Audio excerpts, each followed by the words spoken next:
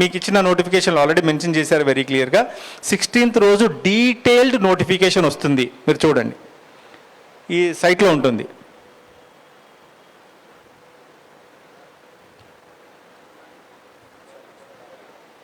Water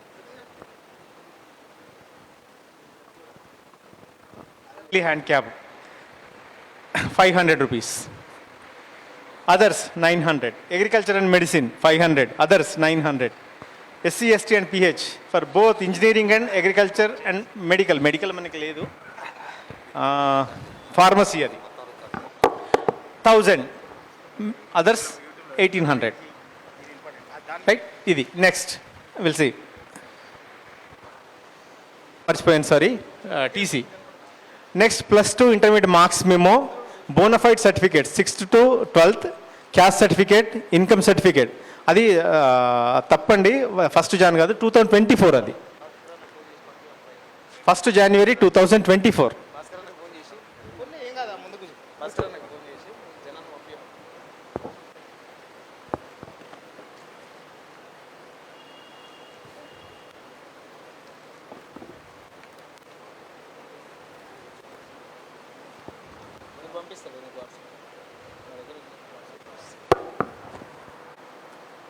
if required.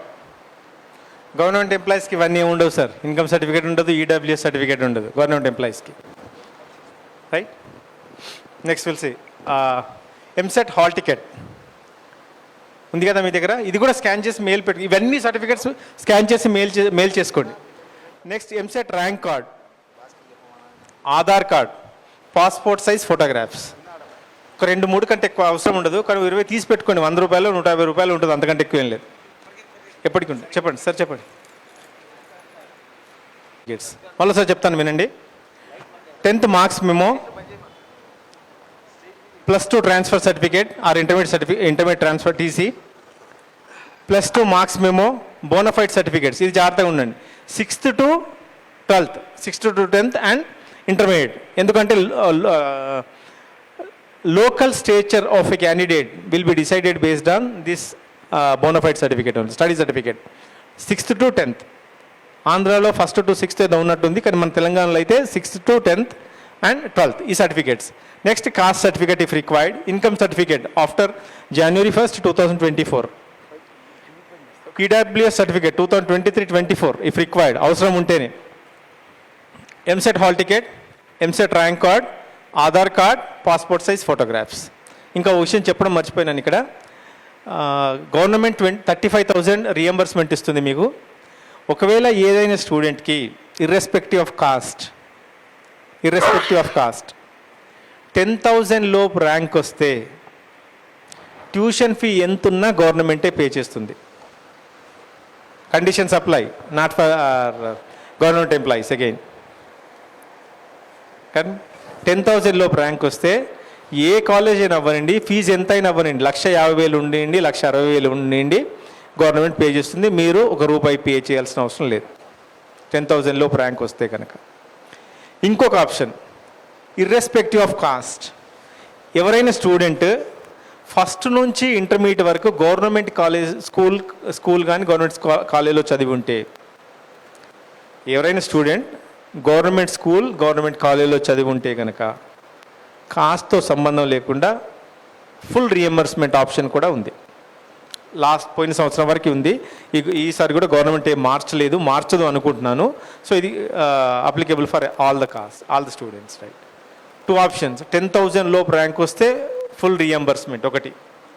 ఎవరైనా student కంప్లీట్గా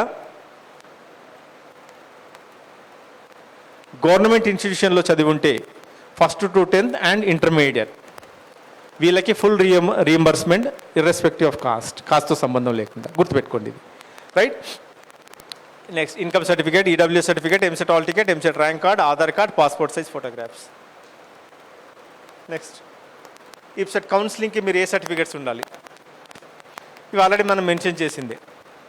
SSC or equivalent marks memo, intermediate or equivalent memo cum pass certificate, 6th to intermediate or its equivalent study certificates, transfer certificate, income certificate issued on or after 1st జనవరి 2024, అది 23 కాదు, please note it down right. ఇది మీ సైట్లో mention చేసింది ఇది.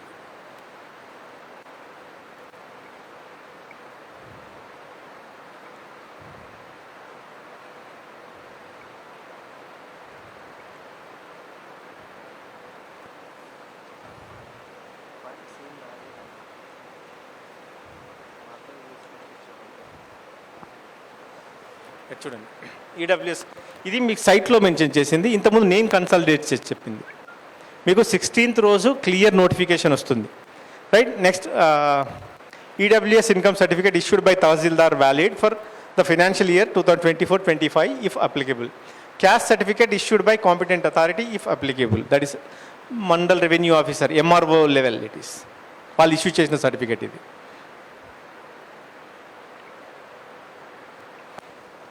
Exercising options, secret code. మీకు certificate verification అయిపోయిన తర్వాత మీ మొబైల్కి ఒక పాస్వర్డ్ పంపిస్తారు కౌన్సిలింగ్ సెంటర్ నుంచి, అది మార్చేసుకోండి.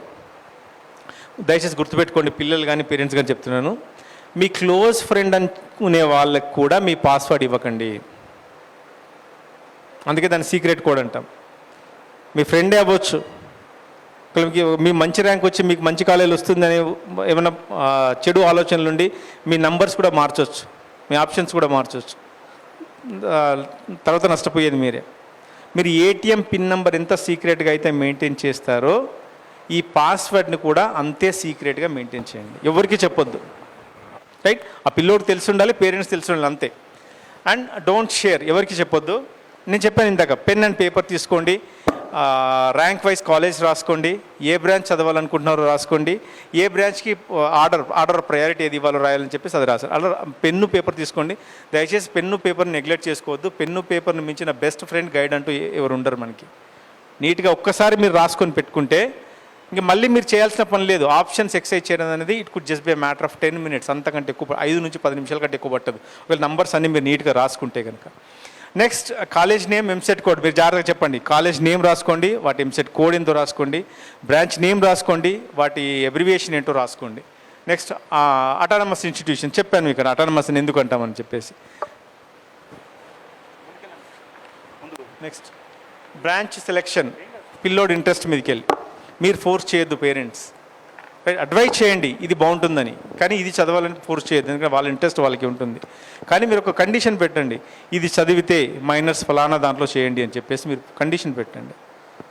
ఎందుకు అనంటే ఒకవేళ సివిల్ మెకానికల్ చదివిన తర్వాత లేదా సివిల్ EEE చదివిన తర్వాత మైనస్ డిగ్రీ కనుక ఈ సిఎస్సిలో చేస్తే వీళ్ళు ఈ పిల్లలు సిఎస్సి పిల్లలతో పోటీ పడే అది ఏర్పడుతూ ఉంటుంది అనమాట, ఆ లెవెల్ ఏర్పడుతూ ఉంటుంది, అందుకని చెప్పేసి. నెక్స్ట్, నో కంపల్షన్, ప్లీజ్ మీరు ఫోర్స్ చేయొద్దు పిల్లోడిని ఫలానా కోర్సే చదవాలని చెప్పేసి. Next, minors honour degree. ఇది చాలా గుర్తుపెట్టుకోండి సార్, చాలా తక్కువ కాలేజెస్లోనే ఈ మైనర్స్ అనే హానర్స్ ప్రోగ్రామ్ ఉంది. మీరు చెప్పిన టాప్ 20 కాలేజ్ ఏవైతే ఉన్నాయో ఆ కాలేజ్ అన్నింటిలో ఉంది మైనర్స్ అండ్ హానర్స్ అనే ప్రోగ్రామ్. ఏదైనా ఒక college minors and honours offer చేస్తుంది పిల్లలకి అని అంటే ఆ కాలేజ్లో ఫెసిలిటీస్ అన్నీ చాలా బాగున్నాయి, ఇన్ఫ్రాస్ట్రక్చర్ కానీ ఫెసిలిటీస్ కానీ ఫ్యాకల్టీ కానీ ప్లేస్మెంట్స్ కానీ బాగున్నాయని ఒక లెక్క అనమాట. సో అది గుర్తుపెట్టుకోండి ఇక్కడ. నెక్స్ట్, ఎక్సర్సైజింగ్ ఆప్షన్స్ చాలా జాగ్రత్తగా పెట్టండి. ఎన్ని ఎక్కువ ఆప్షన్స్ వీలైతే అన్ని ఎక్కువ ఆప్షన్స్ పెట్టండి. మీ సిస్టమ్ ఎప్పుడు కూడా నంబర్ 1 నుంచే స్టార్ట్ చేస్తుంది, first come first serve, right. మీకు ఒక ఆప్షన్ మ్యాచ్ అయితే తర్వాత ఉన్నటువంటి ఆప్షన్స్ అన్ని, సపోజ్ చెప్తాను, మీరు ఒక 100 ఆప్షన్స్ పెట్టారు అనుకుందాం, వెరిఫై చేస్తూ ఉండగా 28th ఆప్షన్ అనేది మ్యాచ్ అయింది. మీరు 28th ఆప్షన్లో మీకు సీట్ అలాట్ అయింది, నెంబర్ 20. సో 21 నుంచి 100 వరకు మిగతావన్నీ ఇగ్నోర్ చేస్తుంది సిస్టమ్, ఇంకా కన్సిడర్ కూడా చేయదు, వాటిని అసలు వెరిఫై కూడా చేయదు అనమాట. కాబట్టి మీరు ఎన్నైనా పెట్టొచ్చు, కానీ ఆప్షన్స్ పెట్టే ముందు జాగ్రత్తగా గుర్తుపెట్టుకోండి ఏ కాలేజ్లో ఏ కోర్స్కి ఏ ఆప్షన్ ఏమి ఇస్తున్నారు, order of priority, order of preference we can call. So అది ఉందా లేదా మీరు చెక్ చేయండి, అది చాలా జాగ్రత్తగా చేయండి.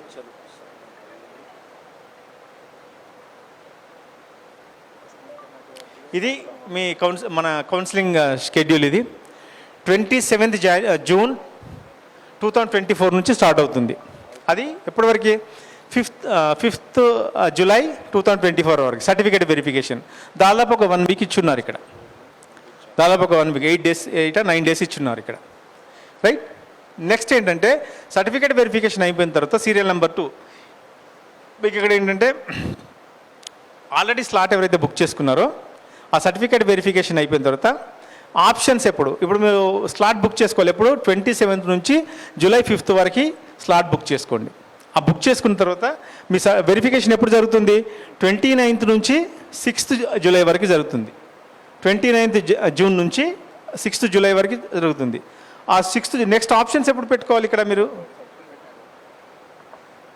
ఈఏపీ సెట్ అని చెప్పేసి దాంట్లో ఉంది,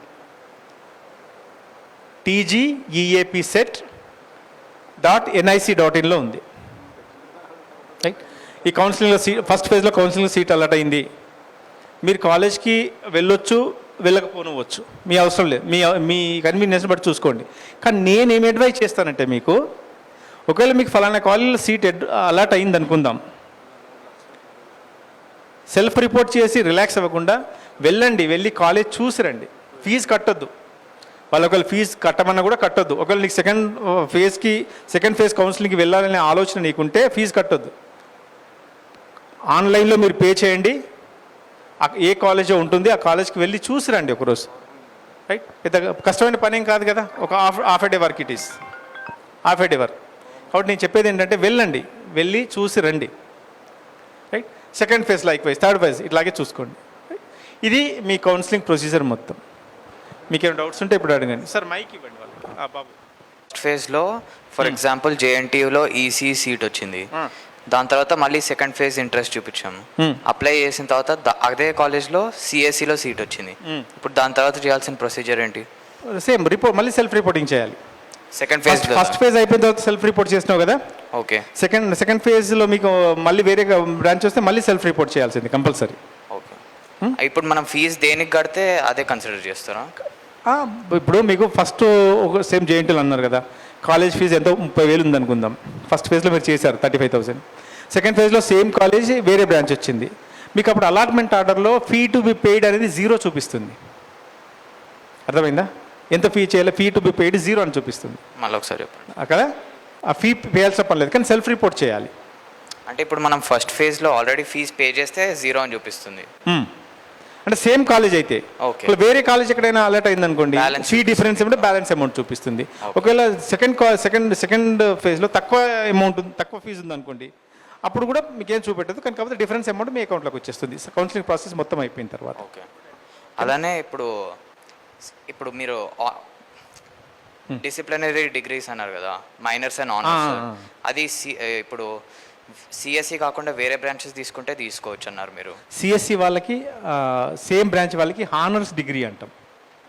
అంటే ఉన్న CSEతో పాటు ఇంకా ఎక్స్ట్రా ఇంకా అడ్వాన్స్ ఏం జరుగుతుంది తెలుసుకోవాలనుకుంటే హానర్స్ డిగ్రీ అంటాం, అది తీసుకోవచ్చు. అన్ని బ్రాంచెస్లో ఉంటుందా? అన్నిటికీ ఉంటుంది, కానీ కాకపోతే ఇప్పుడు ఉన్న CSEకి డిమాండ్ ఉంది కాబట్టి CSEలో ఎక్కువ ఆప్షన్స్ ఉన్నాయి. ఓకే. మీకు CSE అడ్మిషన్ వచ్చింది, మళ్ళీ CSEలో మళ్ళీ మైనర్స్ చేయడానికి లేదు కదా, హానర్స్ డిగ్రీ అంటాం దానికి. ఓకే. దాంట్లో ఇంకా ఎక్స్ట్రా 4 సబ్జెక్ట్స్ చదివి ఆ డిగ్రీ వస్తుంది మీకు. ఓకేనా?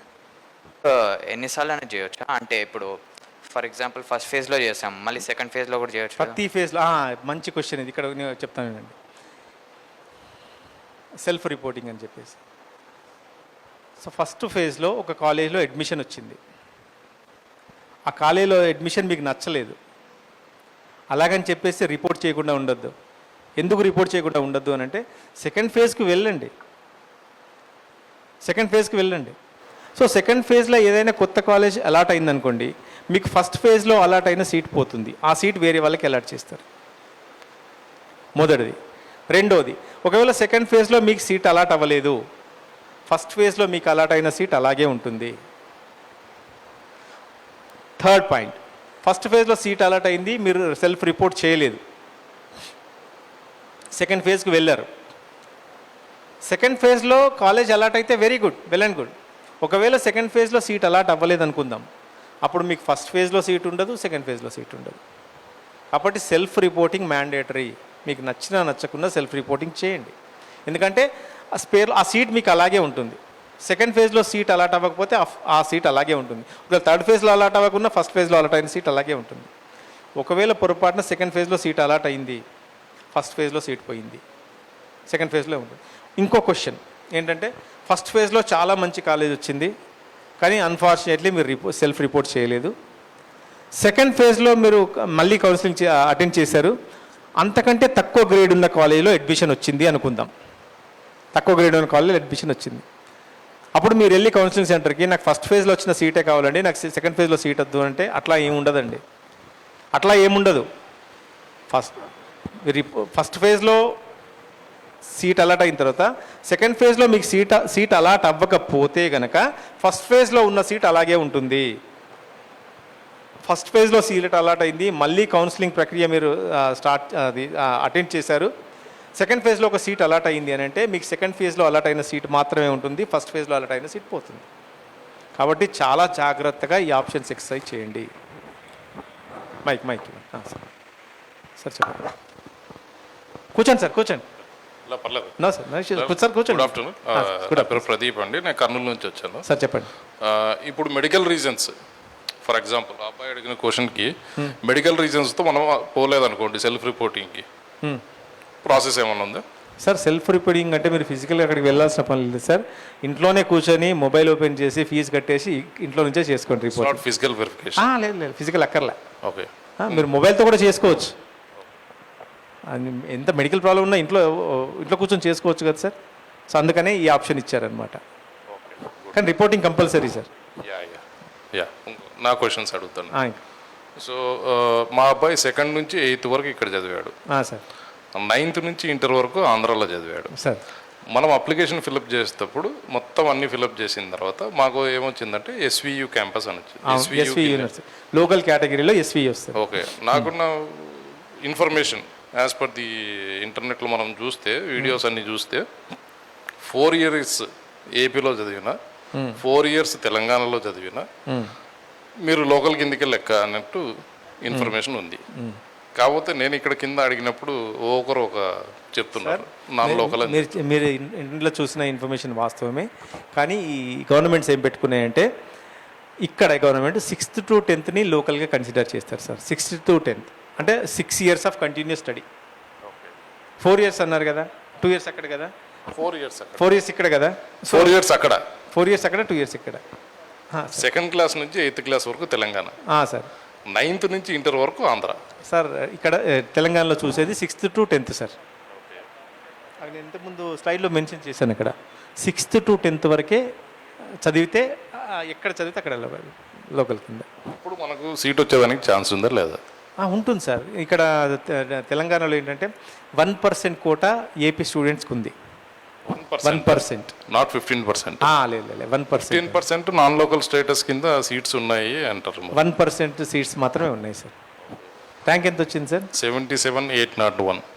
పెట్టండి, ఆప్షన్స్ అయితే పెట్టండి సార్, చూద్దాం.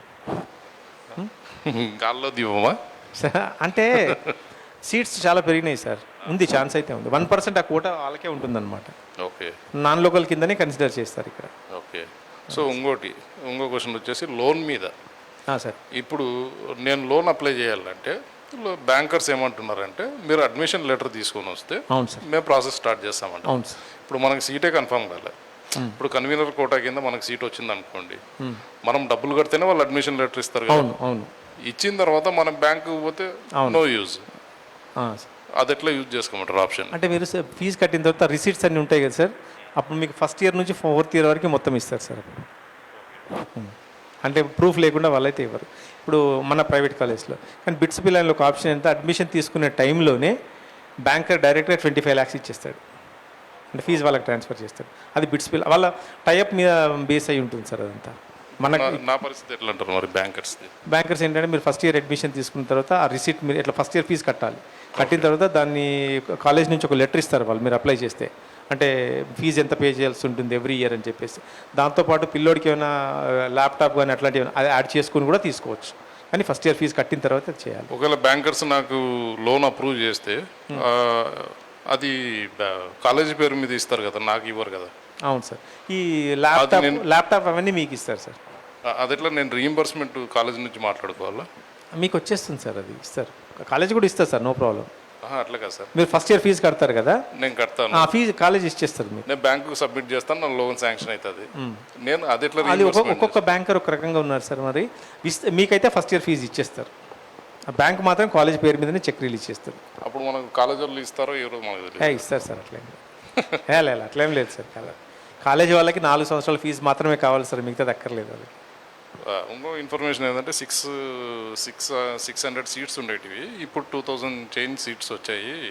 ప్రతి అంటే పెంచారు సీట్స్ ఇంజనీరింగ్ కాలేజెస్లో. 60,000 అంటున్నారా? 2000 చేంజ్ ఎంతో పెరిగాయంట. పెరిగినాయి, అన్ని సిఎస్సీలో పెరిగినాయి సార్, సిఎస్సీ అండ్ అలైడ్ బ్రాంచెస్లో పెరిగినాయి. అవును సార్. మనకు ఛాన్స్ ఉందా? అయితే ఉంటుంది సార్ ఛాన్స్, నాన్ లోకల్ కింద ఉంటుంది, నాన్ లోకల్ కేటగిరీలో సీట్ ఉంటుంది. Okay, right, thank you. Right sir.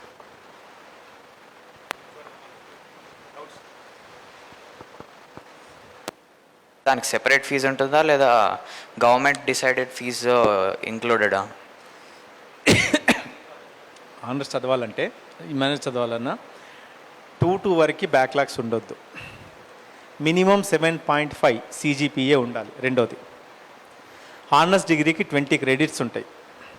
ఇది నీకు అడ్వాన్స్ ముందు చెప్పడమే, కానీ అడిగేవాడు చెప్తున్నాను. సెకండ్ ఇయర్ తర్వాత థర్డ్ ఇయర్ తెలుస్తుంది. సో 20 క్రెడిట్స్ అంటే ప్రతి క్రెడిట్కి 1000 చొప్పున 20,000 పే చేయాలి. 20,000 కూడా ఒకేసారి పే చేయాల్సిన పని లేదు. ఎవ్రీ సెమిస్టర్లో ఒక సబ్జెక్ట్ చదివితే ఆ సబ్జెక్ట్ 4 క్రెడిట్స్ ఉంటుంది, ఆ ఎవ్రీ సెమిస్టర్లో 4,000 నువ్వు పే చేయాలి. మొత్తం 2 ఇయర్స్లో నీ కాలేజ్ ఫీజు కాకుండా మిగతా పే చేయాల్సింది 20,000 హానర్స్కి. అదే మైనర్స్కి అయితే 18 క్రెడిట్స్ ఉంటుంది, ప్రతి సెమిస్టర్లో ఒక సబ్జెక్ట్ చదువుతావు కాబట్టి 4,000, టోటల్గా 18,000 నువ్వు పే చేయాల్సి ఉంటుంది. అంటే ఈ ప్రోగ్రామ్ మొత్తం self financed, honours and minors and honours మొత్తం సెల్ఫ్ ఫైనాన్స్డ్. స్టూడెంటే పే చేసుకోవాలి, దానికి రీఎంబర్స్మెంట్ గట్రా ఏముండదు. Okay sir. ఓకేనా?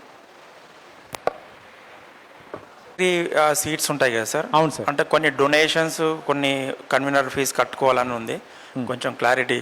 అంటే మెయిన్స్లో 96, 97 వచ్చినా అనుకున్న కాలేజీకి వెళ్ళకుండా ఇట్లా మనం లోకల్ కాలేజీలో బి కేటగిరీ కింద వెళ్ళవచ్చా? వెళ్తే ఫీజు ఎట్లా ఉంటుంది సార్? బి కేటగిరీ సీట్స్ ఏంటంటే మీకు జనరల్గా 70 మొత్తం ప్రొసీజర్ చెప్తాను మీకు.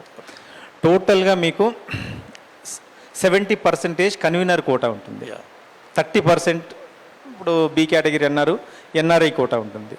దీంట్లో మీరు చెప్పిన బి కేటగిరీ ఏంటంటే వేరియస్ క్రైటీరియా వాళ్ళు ఫాలో చేస్తారు సార్.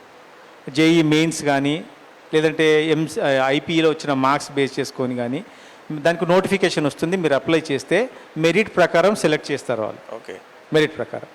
ఒకవేళ వాళ్ళు నిజంగా అది ఫాలో అయితే కాలేజ్ ఫీ ఎంత ఉంటే అంత మాత్రమే పే చేయాలి బి కేటగిరీ. అది కాకుండా 5% ఎన్ఆర్ఐ కోటా అని ఉంటుంది. ఇది $5,000 పర్ యానం. $5,000 అంటే ఆల్మోస్ట్ 4,20,000 అనుకుంటాను.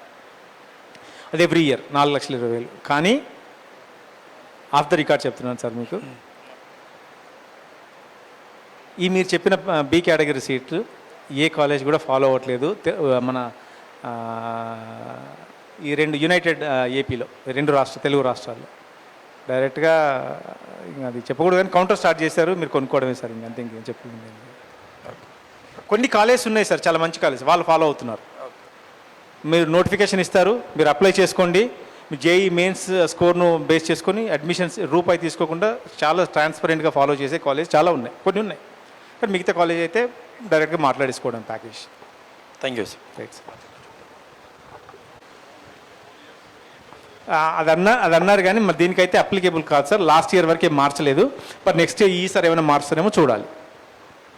మళ్ళీ యూట్యూబ్లో మాత్రం క్లియర్గా చెప్తారు, లేదు 4 ఇయర్స్ మీరు ఏపీ తెలంగాణ కాకుండా వేరే అవుట్ ఆఫ్ స్టేట్, వేరే అంటే గుజరాత్ కానీ మహారాష్ట్ర కానీ అట్లా చదివితే అప్పుడు మీరు 6th నుంచి 10th వరకు. సార్ ఒక మాట, యూట్యూబర్స్కి అథెంటిసిటీ ఎక్కడ ఉంటుంది సార్? అది మాత్రం నా ఇష్టం వచ్చి నేను మాట్లాడతాను సార్, అది రైట్ రాంగ్ వేరే వాళ్ళు నాకు సంబంధం ఏముంది సార్? ఆ టైంకి నేను మాట్లాడాలనుకుని మాట్లాడాను.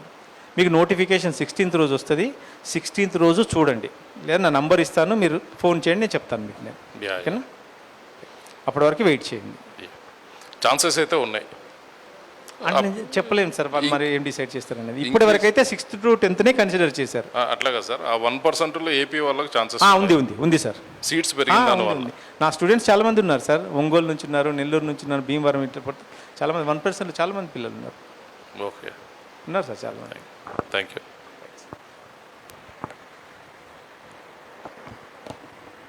ఇంకా sir any queries sir?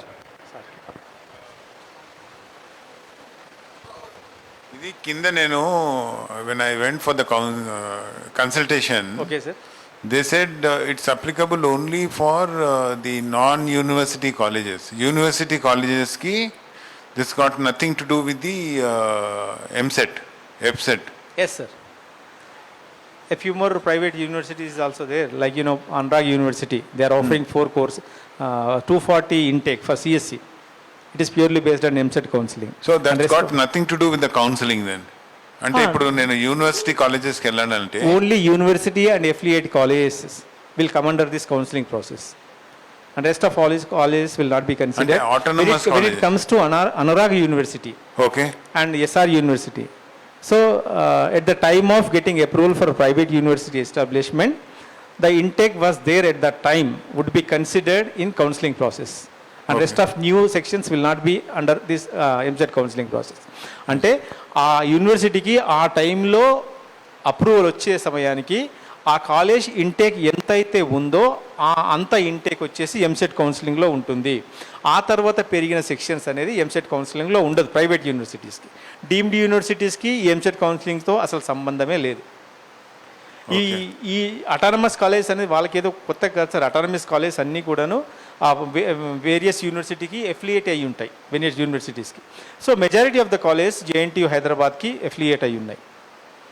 Autonomous college కూడా వాళ్ళ పేరుకు అటానమస్ అంటే ఏంటంటే సార్ 20% వాళ్ళకి ఫీజిబిలిటీ, అంటే వాళ్ళు కరికులం మార్చుకోవచ్చు అని చెప్పేసి ఒక ఫీజిబిలిటీ ఉంటుంది, కానీ వాళ్ళకి సొంతగా వాళ్ళ ఇష్టానుసారంగా చేసుకోవడానికి అంటూ ఏముండదు. మళ్ళీ యూనివర్సిటీ ఏది చెప్తే అదే చేయాలి వాళ్ళు కూడా. ఓకే. సో డీమ్డ్ యూనివర్సిటీ అంటే ఇప్పుడు కూడా వెళ్ళి నేను I can take an admission? It is up to you sir. అంటే వాళ్ళు స్వతహాగా వాళ్ళు ఒక టెస్ట్ కండక్ట్ చేస్తారు వాళ్ళు, డీమ్డ్ యూనివర్సిటీ వాళ్ళు. Okay, okay. వాళ్ళ టెస్ట్ అపియర్ అయ్యి అలా క్లియర్ చేస్తే వాళ్ళు అడ్మిషన్స్ ఇస్తారు. వాళ్ళ ఫీ స్ట్రక్చర్ వేరుగా ఉంటుంది. ఓకే, అది. Thanks sir. Okay All the way. Sir మీరు 100 సార్లు అడగండి సార్, నేను చెప్తాను. ఏ ప్రాబ్లం లేదు. కౌన్సిలింగ్లో కౌన్సిలింగ్ మనం పెట్టేటప్పుడు టైర్ 1 కాలేజెస్ పెట్టుకుంటూ రావాలా లేకుంటే ఎట్లా పెట్టమంట? నేను చెప్పాను ఇక్కడ మీరు లేరు ఆ టైంకి. మీరు కాలేజ్ ప్రొఫైల్ చూడండి, వాటి ర్యాంకింగ్ చూడండి. ఈ కాలేజ్ ఏది మంచి కాలేజు, ఏది నెక్స్ట్ కాలేజీ ఎలా తెలుసుకుంటామనంటే 4 పారామీటర్స్ చెప్పాను నేను. మొదటిది ప్లేస్మెంట్స్ ఎలా ఉన్నాయి. రెండవది ఆ కాలేజ్ సర్టిఫికేషన్స్ ఏమైనా ఉన్నాయా, అక్రిడేషన్ సర్టిఫికేట్స్, NAC కానీ NBA కానీ లేదా అటానమసా కాదా, అవి ఉన్నాయి అంటే ఆ కాలేజీలో ఇన్ఫ్రాస్ట్రక్చర్ బాగున్నట్టు లెక్క. 2. మూడవది సీనియర్ ఫ్యాకల్టీ ఉన్నారా లేదా, మంచి ఫ్యాకల్టీ, రైట్. ఎందుకంటే బిల్డింగ్స్ చాలా బ్రహ్మాండంగా ఉంటాయి, ఫ్యాకల్టీ లేదనుకోండి ఇట్స్ ఆఫ్ నో యూస్. ఎందుకంటే ఆ బిల్డింగ్స్ అద్దాలు కాదు కదా పాఠాలు చెప్పాల్సింది, మనుషులే చెప్పాలి కదా. కాబట్టి సీనియర్ ఫ్యాకల్టీ ఉన్నారా లేదా. 3rd.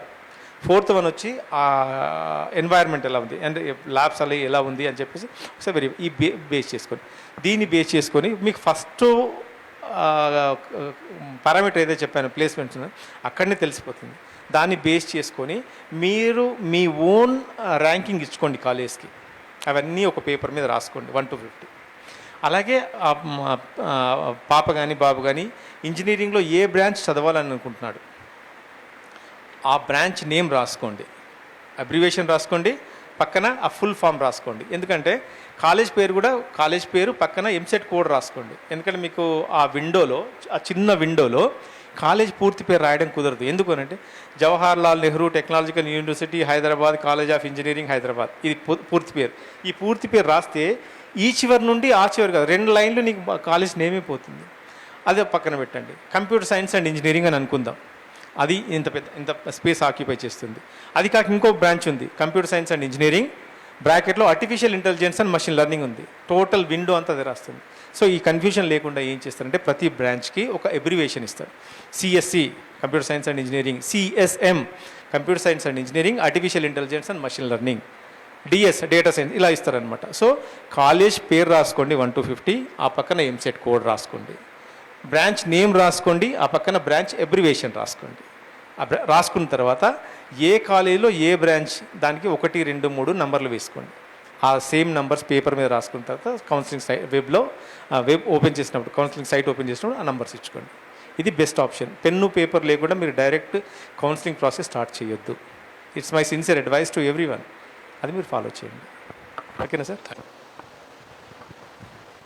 Thank you very much.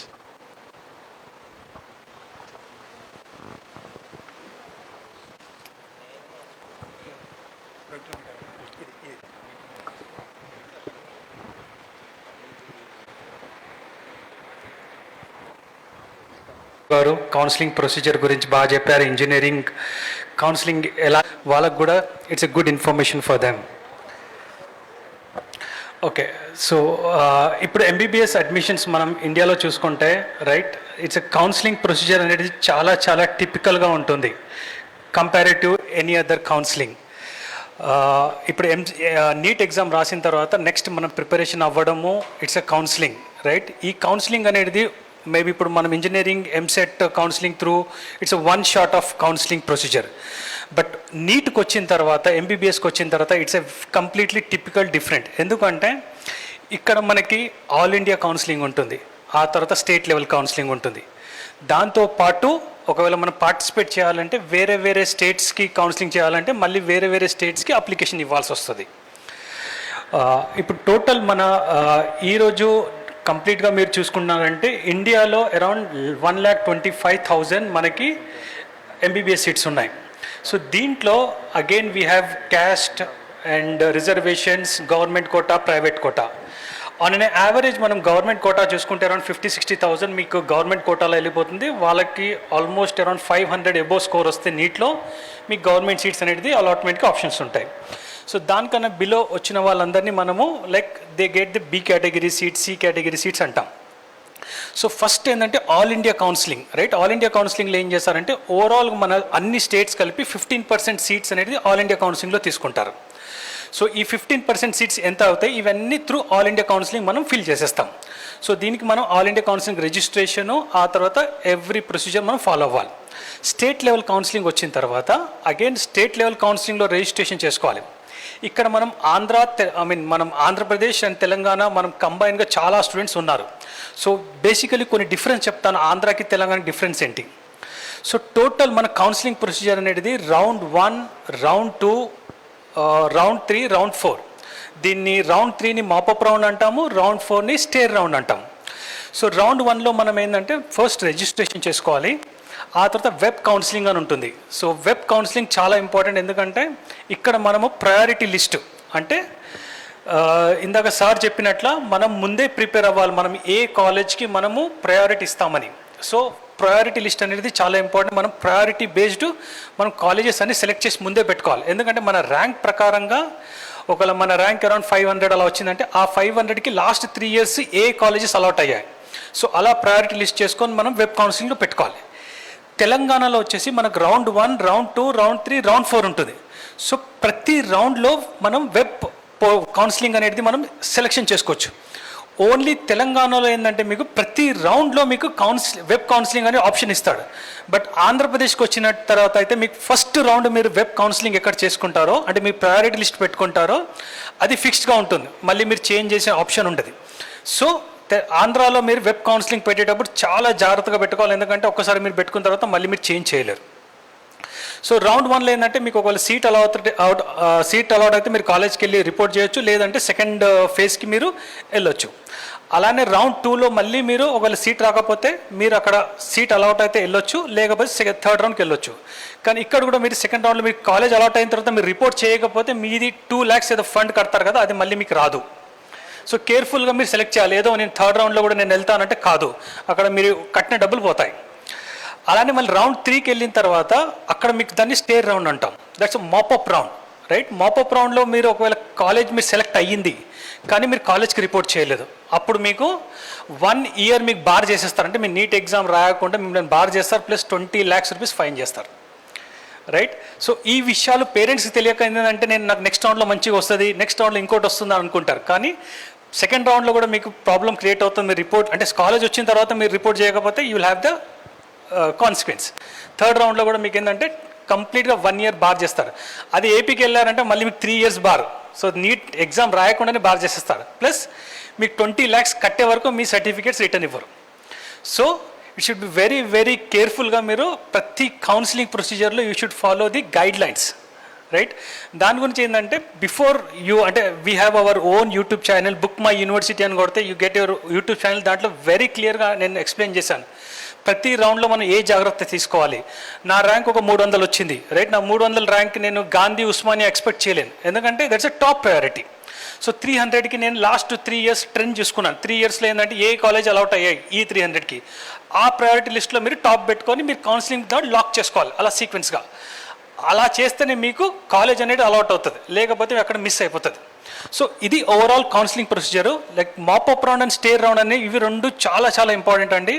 మనం చాలా అనుకుంటాం, మైండ్ సెట్ ఏంటంటే మనకి ఒక నాకు ర్యాంక్ తక్కువ వచ్చింది 250 300 వచ్చింది నాకు సీట్ రాదని వదిలేసుకుంటారు చాలా పేరెంట్స్. కాదు, మాపప్ రౌండ్లో స్టేర్ రౌండ్లో లాస్ట్ ఇయర్ నా స్టూడెంట్స్కి 250కి నేను ఇప్పించానండి సీటు, రైట్. 250కి అసలు రాదు. మాపప్ రౌండ్ ఎలా ఉంటుందంటే మీకు లాస్ట్ రౌండ్లో కొన్ని సీట్లు మిగిలిపోతాయి, దానికి కౌన్సిలింగ్ పిలుస్తారు కొంతమందికి. ఎవరెవరు కౌన్సిలింగ్ రిజిస్ట్రేషన్ చేసుకుంటారో దాంట్లో వచ్చిన వాళ్ళకి టాప్ ఎవరు వస్తారో వాళ్ళకి సీట్ అలాట్ చేసేస్తారు ఆటోమేటిక్గా. ఓవరాల్ అందరినీ కన్సిడర్ చేయరు. అక్కడ రిజిస్ట్రేషన్ మీరు చేసినట్టే ఆ వచ్చిన వాళ్ళ క్యాండిడేట్లోనే మీకు ఎవరు టాప్ ర్యాంకర్స్ ఉంటే వాళ్ళకి సీట్ అనేది అలాట్మెంట్ అవుతుంది. సో మా టిల్ 4th రౌండ్ వరకు మనం ట్రై చేయాలి. Even you get a neat score below 200 250 300 వచ్చినా సో మీరు జాగ్రత్తగా తీసుకుని అన్ని రౌండ్స్ మీరు చేయాలి. అలానే వేరే వేరే స్టేట్లో కూడా చాలా ఇంపార్టెంట్. కొన్ని స్టేట్స్లో బీహార్ ఛత్తీస్గఢ్ ఇక్కడ ఏంటంటే మీకు 250 300 కూడా మనకు సీట్స్ వస్తాయి. దానికి మళ్ళీ స్పెషల్ రిజిస్ట్రేషన్ చేసుకోవాలి మనము. సో దట్ అప్పుడు మనం అక్కడ కౌన్సిలింగ్ ప్రొసీజర్ ఫాలో అవుతే మనకు అక్కడ seat.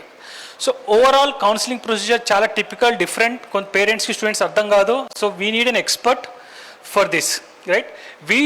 Main Book My University, we don't charge for all this counseling procedure, right. My business is different. We do MBBS admissions in abroad.